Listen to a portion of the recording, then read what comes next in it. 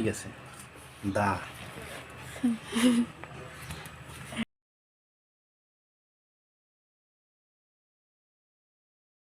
পেঁয়াজ কুচি দিলাম, তারপর হলুদ গুঁড়া প্রায় 2 চামচের মতো।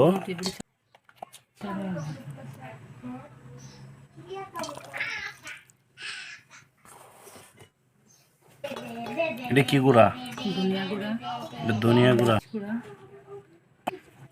লবণ, জিরা দিলা, পেঁয়াজ কুচি, এটা কি রসুন বাটা 1 চামচ, আদা বাটা আদা বাটা 1 চামচ, সব বাটা বাটা দিয়ে দিতেছ।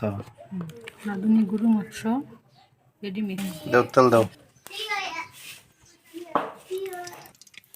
এখানে দেওয়া হয়েছে এলাচ, দারচিনি আর তেজপাতা।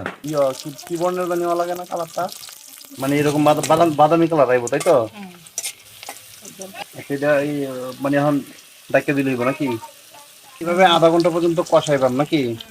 কষানির পর ঢাকনাতে রাইখা দিবা, তাই তো? এখন তাইলে আধা ঘন্টা পরে আবার আইতেছি নাকি? মাঝে মাঝে এইভাবে লাড়া দিতে হইব, না নিচেতে লাগিয়ে উঠবো, লাগিয়ে উঠলে আবার ঘুরে যাবো, খায় মজা লাগবে। ঠিক আছে, এটা হচ্ছে গরুর মাংস সর্বশেষ অবস্থা। তো দেখি খায় কি অবস্থা।